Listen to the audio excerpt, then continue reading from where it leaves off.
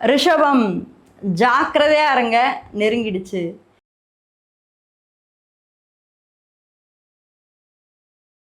August மாத கிரகநிலை அடிப்படையில் நம்ம பார்க்கும்போது மற்ற கிரகங்கள்லாம் எப்படி இருக்கு, அதாவது எந்த ராசியா வேணாலும் இருக்கட்டும், பட் கிரகநிலைகள் எப்படியெல்லாம் அமர்ந்திருக்காங்க அப்படின்றத நம்ம பார்க்கும்போது முதல்ல செவ்வாய் எங்க இருக்காரு, அதாவது செவ்வாய்ன்றது மிக முக்கியமான ஒரு கிரகமா நம்ம வந்து பார்க்கப்படுறோம். அந்த செவ்வாய் பகவான் இந்த ஆகஸ்ட் மாதத்துல மிதுன ராசியில சஞ்சரிக்க போறாரு. அடுத்து 3 முக்கியமான கோள்கள், அதாவது புதன், குரு, சூரியன், இந்த 3 முக்கியமான கோள்களுமே எங்க இருக்காங்கன்னா கடக ராசியில உச்ச குருவோட அமர்ந்திருக்காங்க. அடுத்து கேது தான் மிக முக்கியமான கிரகமா நம்ம வந்து இந்த மாதத்துல பார்த்தே ஆகணும்.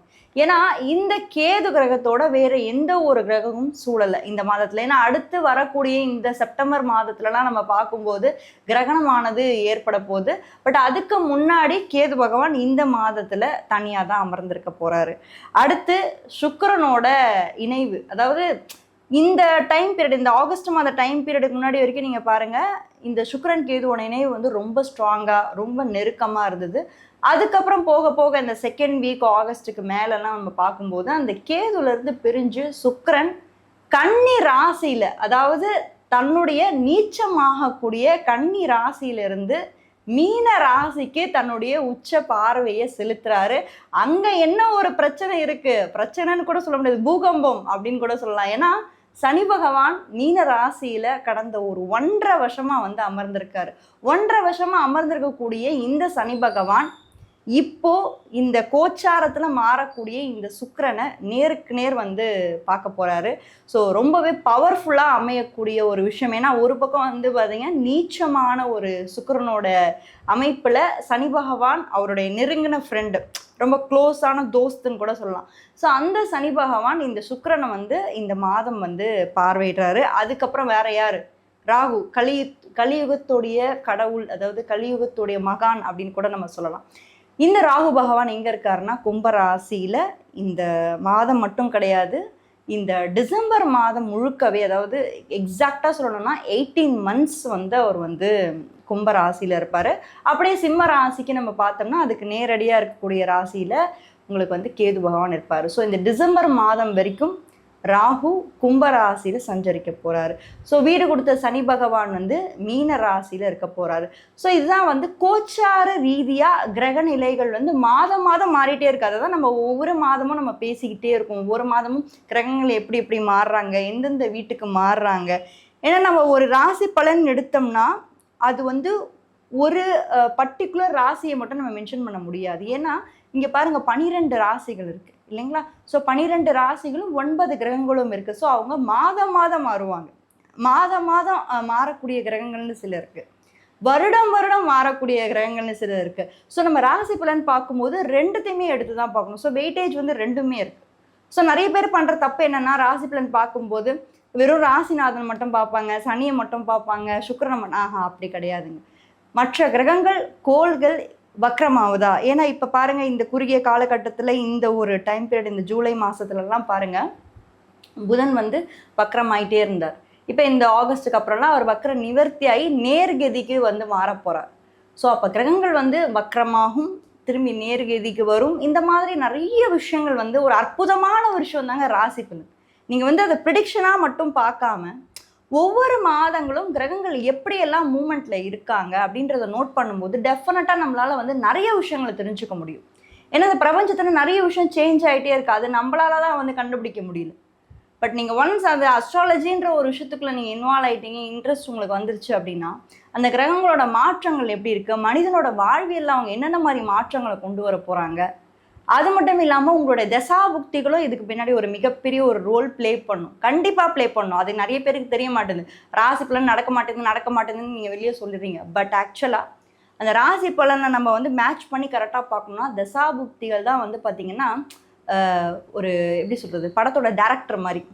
இப்போ ஒரு படத்தோட டேரக்டர் எவ்வளோ முக்கியம், அவர் தானே எல்லாத்தையுமே வந்து அமைப்பார், புரியுதுங்களா? ஒரு ஹீரோ அமைக்கிறது, ஹீரோயின் அமைக்கிறது, எல்லாத்தையும் அமைக்கிறதும் ஒரு டேரக்டர் தான். ஸோ அப்போது அந்த தசாபுக்திகள் அப்படின்றது ஒரு டைரக்ஷன் கணக்கில் தான். ஸோ இவ்வளோவும் நம்ம தெரிஞ்சாதான் ஒரு ராசி பலன் அடிப்படையில் நம்ம எடுக்க முடியும்.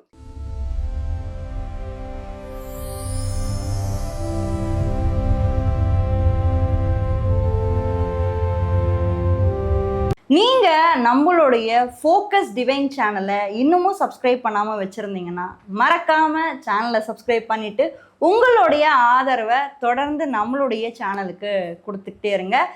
நீங்கள் நம்மளுடைய கன்சல்டேஷன் வேணும் அப்படின்னு நினச்சிங்கன்னா கீழே இருக்க வாட்ஸ்அப் நம்பர் மூலமாக என்ன நீங்கள் தொடர்பு கொள்ளலாம். ரிஷபராசியை பொறுத்த வரைக்கும் இந்த மாதத்தில் கரியரில் எப்படி இருக்க போகிறீங்க அப்படின்னா, ராசிக்கு 10ஆம் இடத்துல இப்போ ராகு உட்காந்துருக்காரு இல்லையா. ஸோ இந்த மாதத்தை பொறுத்த வரைக்கும் நம்ம பார்க்கும்போது ராகுவே 10ல் இருக்கும்போது டெஃபினட்டாக இட்ஸ் அ குட் பீரியட் அப்படின்னு நான் சொல்லுவேன். இந்த மாதத்தில் புது ப்ராஜெக்ட்ஸ் உங்களுக்கு வரத்துக்கான வாய்ப்புகள் இருக்குது, கொலாபரேஷன் வரத்துக்கான வாய்ப்புகள் இருக்குது, நிறைய ஆட்கள் அவங்க கூட. ஏன்னா இந்த டைம் பீரியடில் உங்களுக்கு சனி பகவான் 10ஆம் இடத்தோட அதிபதி, தொழில் ஸ்தானாதிபதி 11ஆம் இடத்துல போய் வக்ரமாகிறார். So excellent period. அதாவது எப்படின்னா, இதுக்கு முன்னாடி ஏதாவது பெண்டிங் ப்ராஜெக்ட்ஸ் ஏதாவது இருக்குது அப்படின்னா அதையுமே நீங்கள் எடுத்துகிட்டு வந்து பண்ண போகிறீங்க. உங்களுக்கு அந்த கரியரில் இருக்கக்கூடிய பிரச்சனைகள் கொஞ்சம் கொஞ்சமாக நிவர்த்தியாகும். அண்ட் முடிக்கப்படாத சில விஷயங்களும் கண்டிப்பாக நீங்கள் முடிப்பீங்க. ஏன்னா வக்ர சனியே அதை தான் சொல்லுது.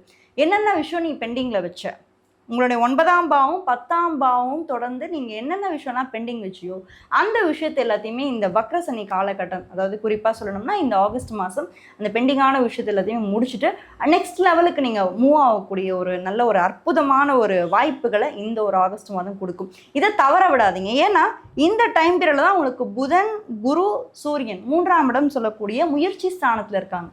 ஸோ முயற்சிகள் கண்டிப்பாக பலனடிக்கும்.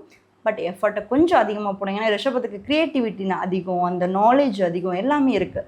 பட் ஏதோ ஒரு இடத்துல அவங்க லேக் ஆகிறது விஷயம் என்னென்னா கொஞ்சம் சோம்பேறித்தனமாக இருப்பீங்க. இந்த சோம்பேறித்தனம் மட்டும் அப்படி கொஞ்சம் தள்ளி வச்சிட்டிங்கன்னா உங்களை அடிச்சுக்க இந்த மாதம் ஆளே கிடையாது. சூப்பராக இருக்குது. அடுத்து மேரேஜ் ரிலேட்டடாக இருக்கக்கூடிய வாய்ப்புகள் எல்லாம் எப்படி இருக்குது, ரிலேஷன்ஷிப்ஸ்லாம் எப்படி இருக்குன்னு பார்க்கும்போது எஸ், உங்களுக்கு இந்த மாதம் நல்லாவே இருக்குது. இப்போ நீங்கள் ஏதாவது மேரேஜ் ஏதாவது நீங்கள் இப்போ ஸ்டெப் எடுக்க போகிறீங்க, எனக்கு மேடம் எனக்கு பிடிச்சிருக்கு, எனக்கு இந்த பையனை தான் கல்யாணம் பண்ணிக்கணும்னு தோணுது, இல்லை இந்த பொண்ணை தான் கல்யாணம் பண்ணிக்கணும்னு தோணுது, பண்ண முடியுமா, இப்போ ஸ்டெப் எடுத்தால் ஒர்க் அவுட் ஆகுமா, வக்ரசனி நல்லா பயமுறுத்துறீங்களே. வக்ரசனிக்கும் உங்களுக்கும் சம்மந்தம் இல்லை. சனி உங்களுக்கு சூப்பர் ஸ்டாருங்க, உங்களை கெடுக்க மாட்டார். புரியுதுங்களா? இந்த ரிஷபத்தையும் துலாமையும் அவர் ஃப்ரெண்டாக தான் பார்க்குறாரு. அதனால் லவ் பண்ணுறவங்களுக்கும் இல்லை மேரேஜ் பார்க்குறவங்களுக்கும் ஒரு நல்ல ஒரு டைம் பீரியட் தான் இந்த ஒரு ஆகஸ்ட் மாதம். ஸோ அதெல்லாம் நீங்கள் நினச்சி பயப்படாதீங்க. ஏன்னா ஆல்ரெடி உங்களுக்கு முயற்சி ஸ்தானத்துலேயே 3 கிரகங்கள் இருக்குது, புதன், குரு, சூரியன். ஸோ அதனால் உங்களுக்கு இந்த மாதம் ஒன்றும் பிரச்சனை இல்லை. படிப்பு சார்ந்த விஷயங்கள், எஜுகேஷன் இதெல்லாம் எப்படி இருக்க போகுது இந்த மாதத்தை பொறுத்த வரைக்கும் பார்த்தீங்கன்னா, படிக்கிற பசங்களுக்கு கொஞ்சம் ஒரு மாதிரி கன்ஃபியூஷன்ஸ் வர்றதுக்கு வாய்ப்பு இருக்குது. ஏன்னா 2லேயே செவ்வாய் இருக்கனால கோவப்பட்டு படப்படன்னு பேசுவீங்க, மனசில் வச்சுக்க மாட்டீங்க, ரொம்ப டென்ஷனாக ஃபீல் பண்ணக்கூடிய ஒரு மந்த்தாக இருக்கும். ஃபோக்கஸ் பண்ணுறது கொஞ்சம் கஷ்டமாக இருக்கும். ஏன்னா நமக்கு அது ஆல்ரெடி ஒரு 6 மந்த்ஸாக அதான் நீங்கள் ஃபீல் பண்ணுறீங்க. ஃபோக்கஸ் ரொம்ப மிஸ் ஆகுதுங்க என் பையனுக்கு, என் பொண்ணுக்கு அப்படின்லாம் ஃபீல் பண்ணிகிட்டு இருப்பீங்க. பட் டெஃபினட்டாக கொஞ்சம் யோகா, மெடிடேஷன், தியானம், ஒரு நிலையெல்லாம் படுத்துகிறாங்க இந்த மாதம் அப்படின்னா கண்டிப்பாக ரொம்ப பாசிட்டிவாக அடுத்து வரக்கூடிய மாதங்கள் எல்லாமே அவங்களுக்கு ரொம்ப பாசிட்டிவாக லைஃப்பில் நிறைய மாற்றங்கள் எதிர்நோக்கி காத்துக்கிட்டு இருக்கு. யாராவது ஒரு ஃப்ரெண்டுக்கு இந்த வீடியோ நீங்கள் ஷேர் பண்ணி அனுப்பணும், இல்லை அவங்க வாழ்க்கையிலே இது ரொம்ப பெரிய ஹெல்ப்பாக இருக்கும் அப்படின்னு நீங்கள் நினச்சிங்கன்னா மறக்காமல் அவங்களுக்கும் ஷேர் பண்ணுங்கள்.